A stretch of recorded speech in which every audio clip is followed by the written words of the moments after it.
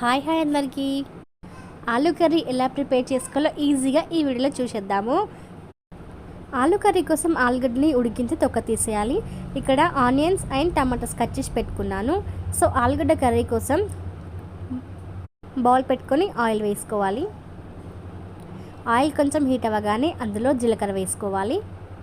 జీలకర్ర చిటపటలాడుచుండగా అందులోనే ఉల్లిపాయల్ని యాడ్ చేసుకోవాలి. సో ఈ ఉల్లిపాయలు యాడ్ చేసుకున్నాక అవి కొంచెం ఫ్రై అయ్యేంత వరకు కలుపుకోవాలి. కాస్త ఫ్రై అవ్వగానే కరివేపాకు వేసి అలాగే టమాటా ముక్కల్ని కూడా అందులో యాడ్ చేసుకోవాలి.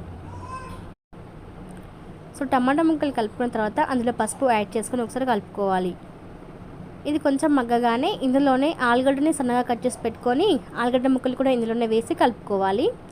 తర్వాత దీనికోసం శనగపిండి తీసుకున్నాను. శనగపిండి కొంచెం వాటర్ వేసి కలుపుకొని సరిపడని వాటర్తో ఇందులో వేసుకోవాలి. తర్వాత ఉప్పు కారం వేసుకోవాలి. ధనియా పౌడరు కూడా వేసుకోవాలి. అలాగే కొంచెం కస్తూరి మెంతి వేయాలి.